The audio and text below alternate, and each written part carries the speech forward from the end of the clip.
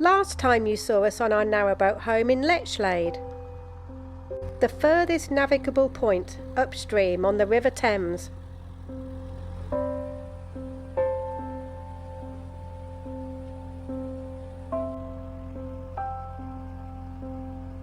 We had an absolutely beautiful mooring, perfect to explore this little Cotswold town. But we had a bit of a problem with the neighbours.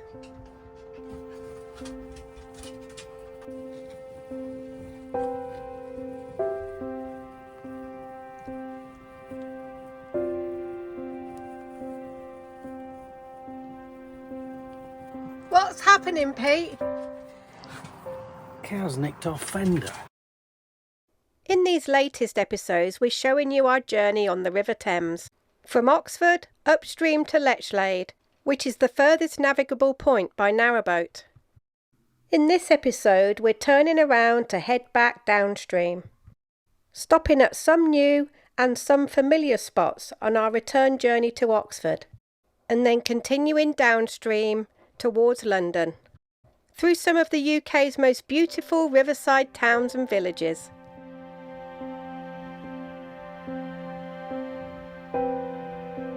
We're not too picky, are we? No, we're just looking for the perfect mooring. The perfect we're mooring. Not too particular at all. And just after that, we found the perfect mooring. But sadly, another boat had found it before us. It was a designated 48-hour mooring for Kelmscott Manor, the summer home of William Morris, the textile designer and poet, that I really wanted to visit, so we hoped it would be free on our journey back. Sometimes you feel like the mooring gods really are looking down on you. Not only was the spot empty, but we were able to get in quite close to the bank, which had been quite a challenge at some spots on the River Thames so far, because the water levels were quite low.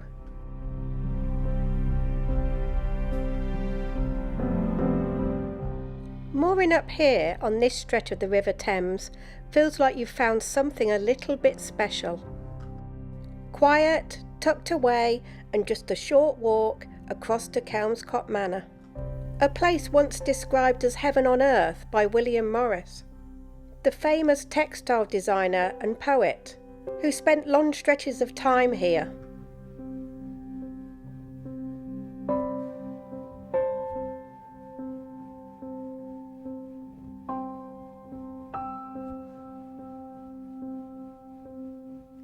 We followed the footpath straight from the boat into the village to have a little explore when we arrived, and to double check the limited opening times of the manor.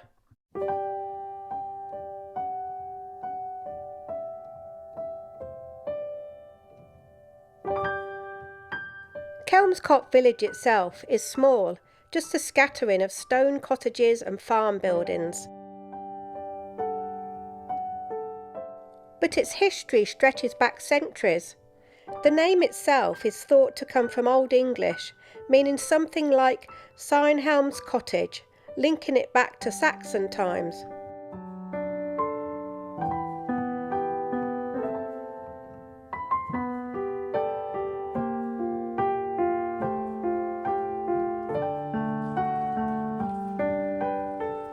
Of course, we found our way to the village pub, the Plough Inn. Originally a 17th century coaching inn, it would have served travellers moving through this part of the Thames Valley long before leisure boating was ever a thing.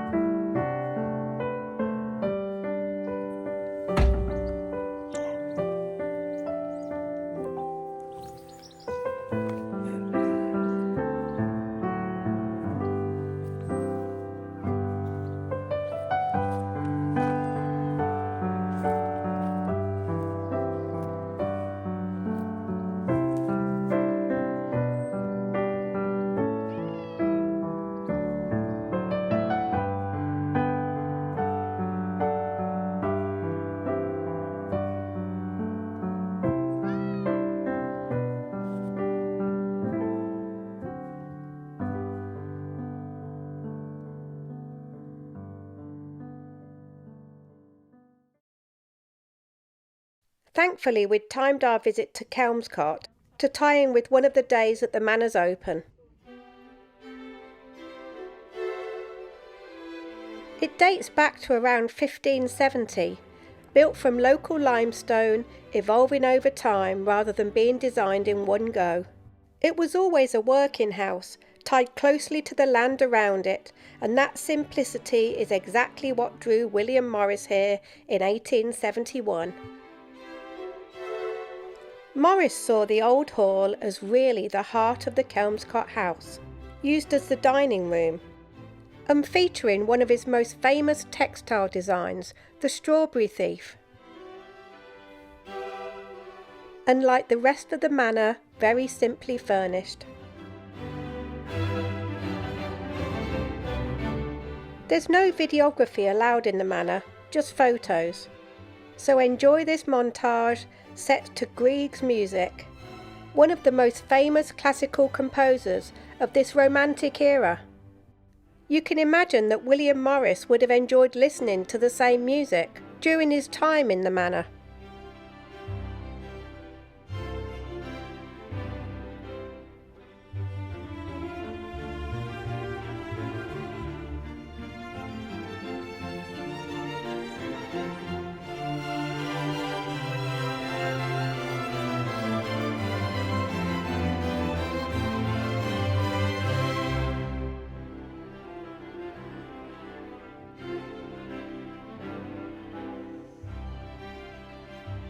Morris would spend hours studying the nature around him here. The curve of willow branches, the movement of birds, the way the leaves overlap and repeat. That's where his designs come from, not made up, but observed. He also took inspiration from medieval craftsmanship, tapestries, hand printing, traditional skills, believing things should be made properly and built to last. And clearly he was onto something, because those designs are still everywhere today.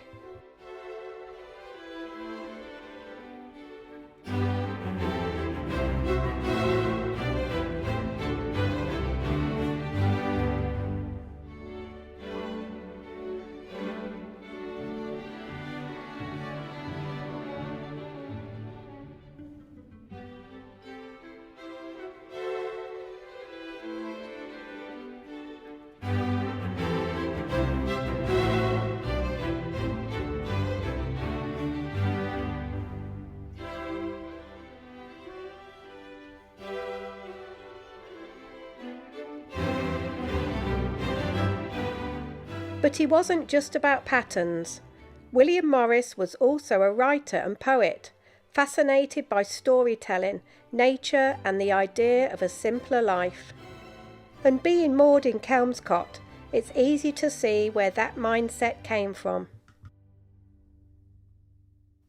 For the Bed at Kelmscott by William Morris. The wind's on the wold and the night is a gold, and Thames runs chill twixt mead and hill. But kind and dear is the old house here, and my heart is warm midst winter's harm. Rest then, and think of the best twixt summer and spring, when all birds sing.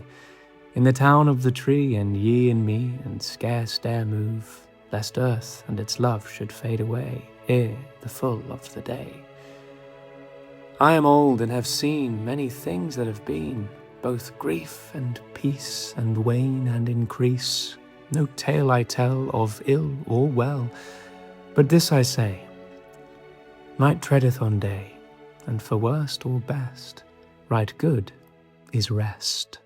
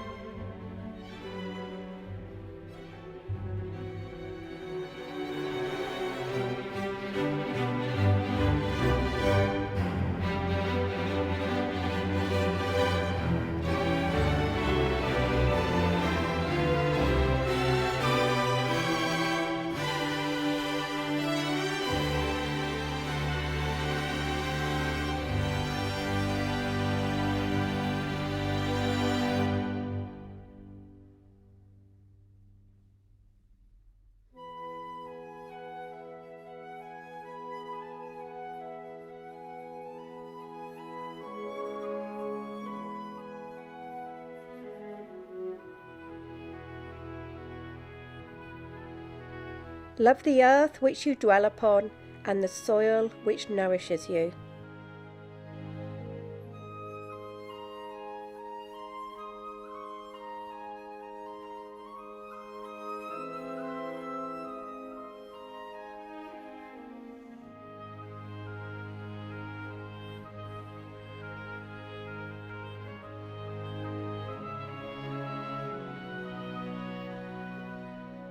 There's a lovely little cafe at the manor, and of course the most perfect gift shop for any William Morris lover.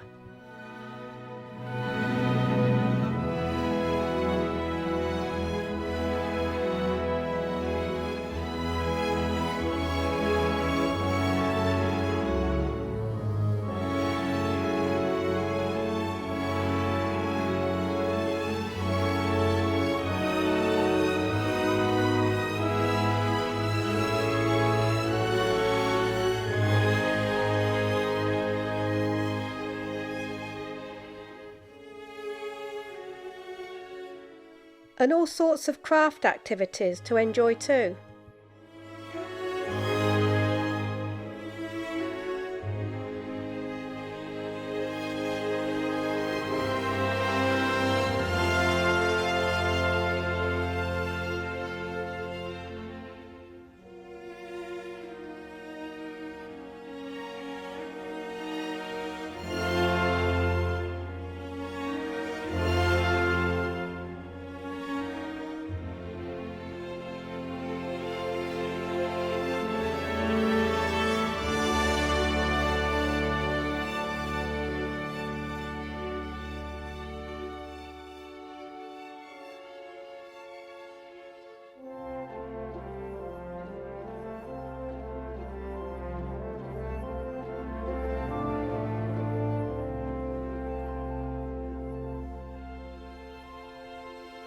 And then it's back along the path to the boat, with the River Thames just quietly doing its thing across the field.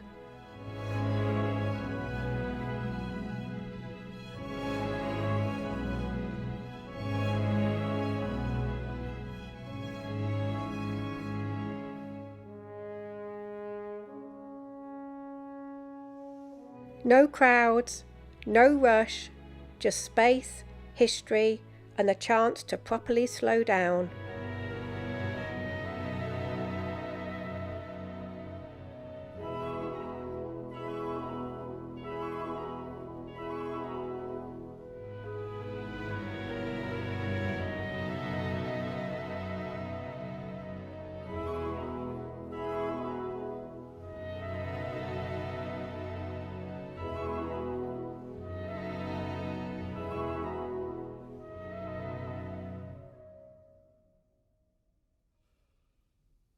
So was William Morris right? Is it heaven on earth?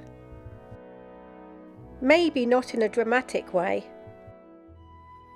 but in its calm, its beauty, and the way it feels just right. And as moorings on the Thames go, this one might be up there as one of our favourites.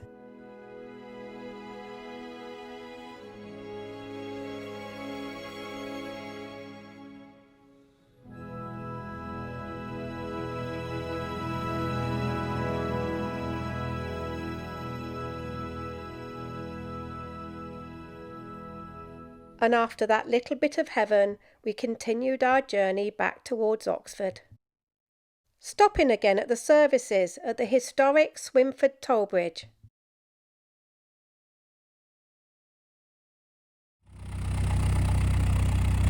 We're just going to head to the water point, which is just up there on the left, apparently.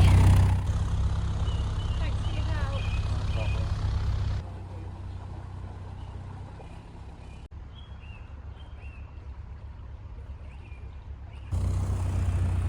Trying to figure out which is the water, because it looks different. Oh yeah, here it is. It just looks different to the water points on the canals.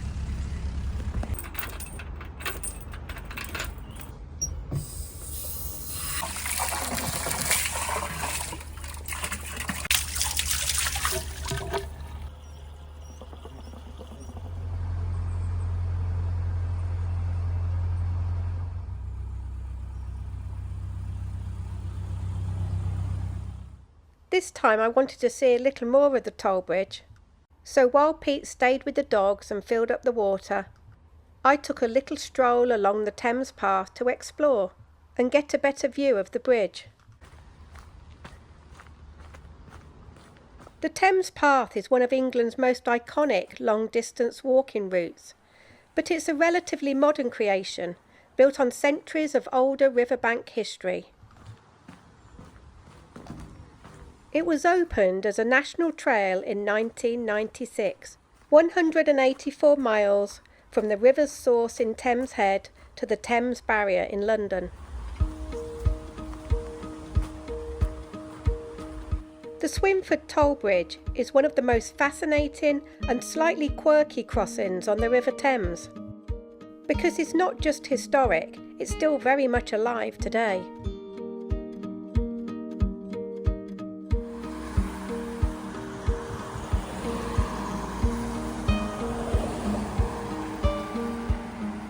For centuries, this was a natural crossing point.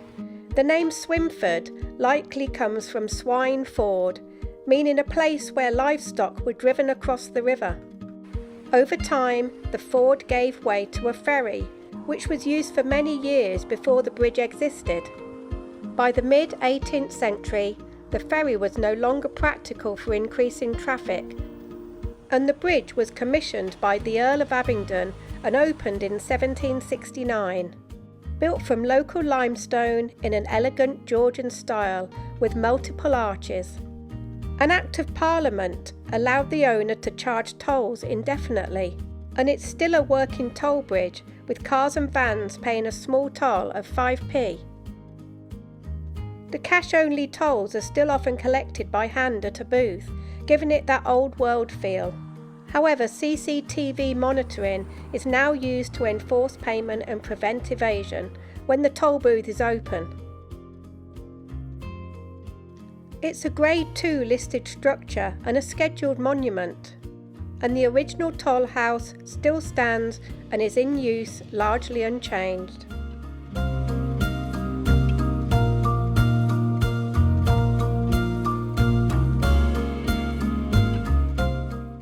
We were there on a Sunday when the toll booth is closed. The regular hours are 8 till 5 on weekdays and 8 till 2 on a Saturday, and the bridge generates an income of about £190,000 a year.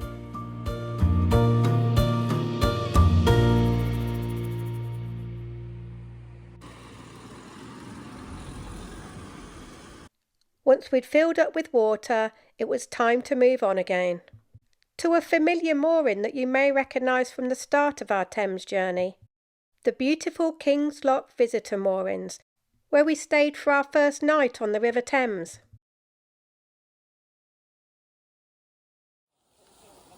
It was a memorable first night in a beautiful spot, and a perfect location for one of Pete's barbecues, with our friend Jill and her two Westies Angus and Isla.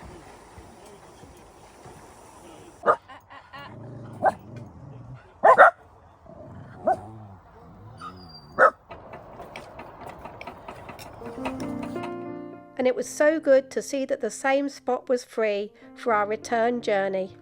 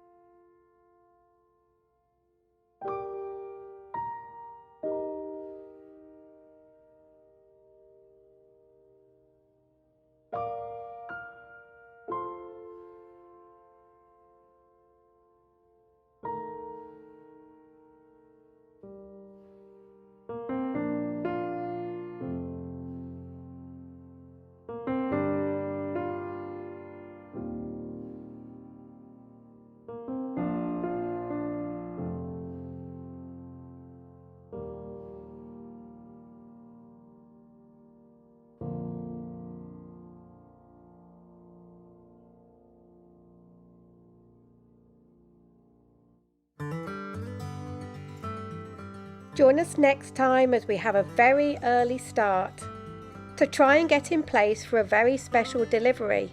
I need more coffee. This is too early. But our meticulous plans are almost scuppered. Is it heavy?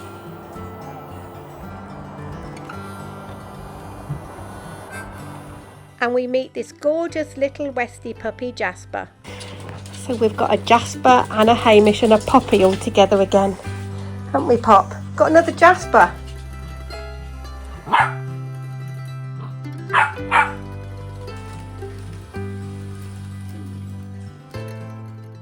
If you've enjoyed this video, hit the thumbs up and give us a like. And subscribe if you haven't already.